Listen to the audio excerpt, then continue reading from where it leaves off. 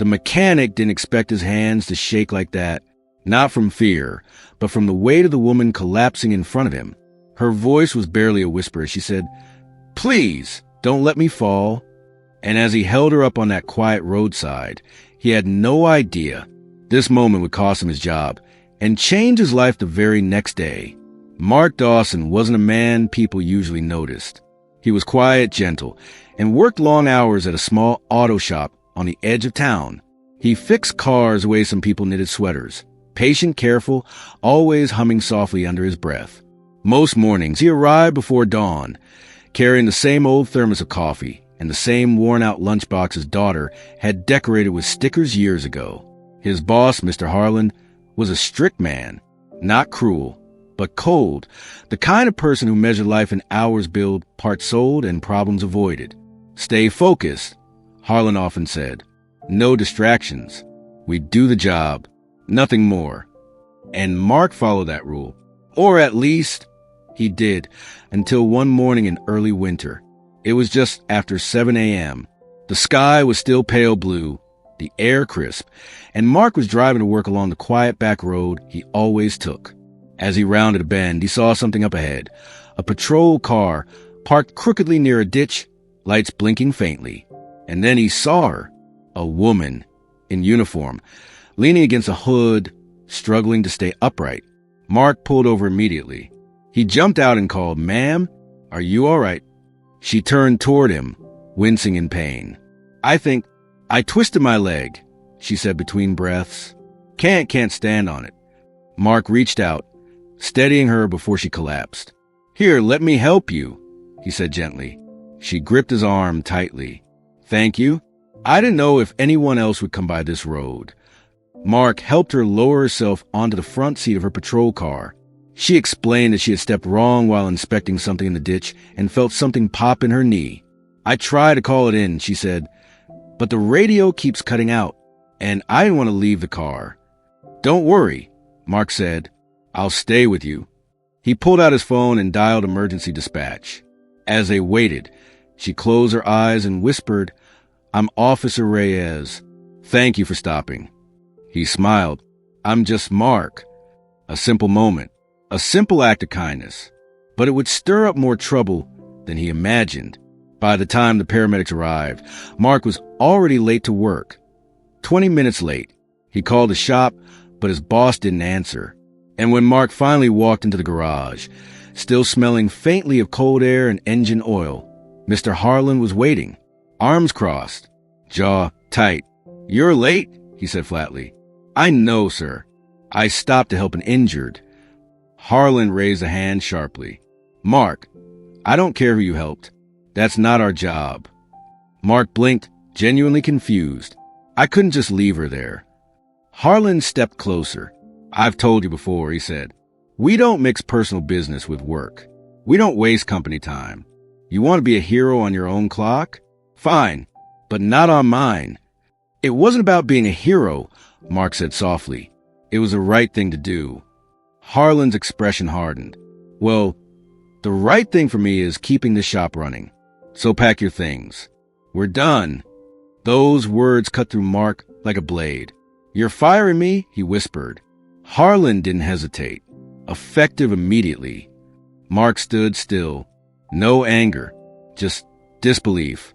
Then he slowly nodded, walked to his station, gathered his lunchbox, and left without another word. The walk home felt longer than usual. Mark lived alone now. His daughter stayed with her mother most weeks, and the small rented house felt heavier that day. He sat at the kitchen table, staring at his hands. Hands that fixed engines. Hands that helped a stranger. Hands that, apparently, cost him his livelihood. For a moment, doubt crept in. Asterisk, maybe the boss was right. Maybe he should have just driven on. Asterisk. But then he remembered how Officer Reyes had leaned on him, how her voice trembled when she said, "I didn't know if anyone else would come." He whispered to himself, "I'd do it again." Still, the worry remained. How would he pay rent? What would he tell his daughter? He lifted his eyes to the ceiling and murmured, "Lord, I hope I did the right thing." The next morning, Mark was woken by a deep rumbling sound. At first, he thought it was thunder. But then he heard engines. Many engines. He got up, walked a window, and froze. 10 patrol cars lined the entire length of his street. Their lights weren't flashing, but their presence felt powerful, almost unreal. Neighbors peeked from behind curtains. And then he saw them, officers stepping out of their vehicles, all walking toward his house. Mark's heart raced. What is happening? A gentle knock sounded on his door. When he opened it, Officer Reyes stood there in crutches, wearing a knee brace but smiling warmly. "Good morning, Mark," she said. Behind her stood a group of officers of various ranks, men and women with serious, determined looks. Mark stepped back, stunned. Is everything all right?" Reyes nodded. "We heard what happened," she said softly. "One of the paramedics mentioned you were late for work because you stayed with me." Another officer spoke up. "And then we heard you got fired for it." Mark looked down, embarrassed. "It's okay. I'll figure something out." But Officer Reyes shook her head. "No, it's not okay. Kindness should never cost someone their job." She reached into a folder and handed him a letter. "Our department wanted to thank you officially," she said, "for your assistance, for your calmness, for your compassion." Mark unfolded the paper, overwhelmed. It was a formal commendation. But that wasn't all. Another officer stepped forward, holding a small toolbox. "Mr. Dawson," he said, "we need someone we can rely on, someone honest, someone steady." He took a breath. "How would you feel about joining our department's maintenance division? We always need skilled mechanics to keep our unit safe on the road." Mark's breath caught in his throat. "You're offering me a job?" he whispered. Officer Reyes smiled gently. "We're offering you a new beginning." Mark didn't speak for a long moment. His eyes grew warm and he swallowed hard. I don't know what to say." Reyes placed a hand on his arm. "Just say yes," she whispered. And he did. That afternoon, Mark visited the station for the first time. The officers welcomed him like family, shaking his hand, patting his shoulder, telling him they were glad to have him.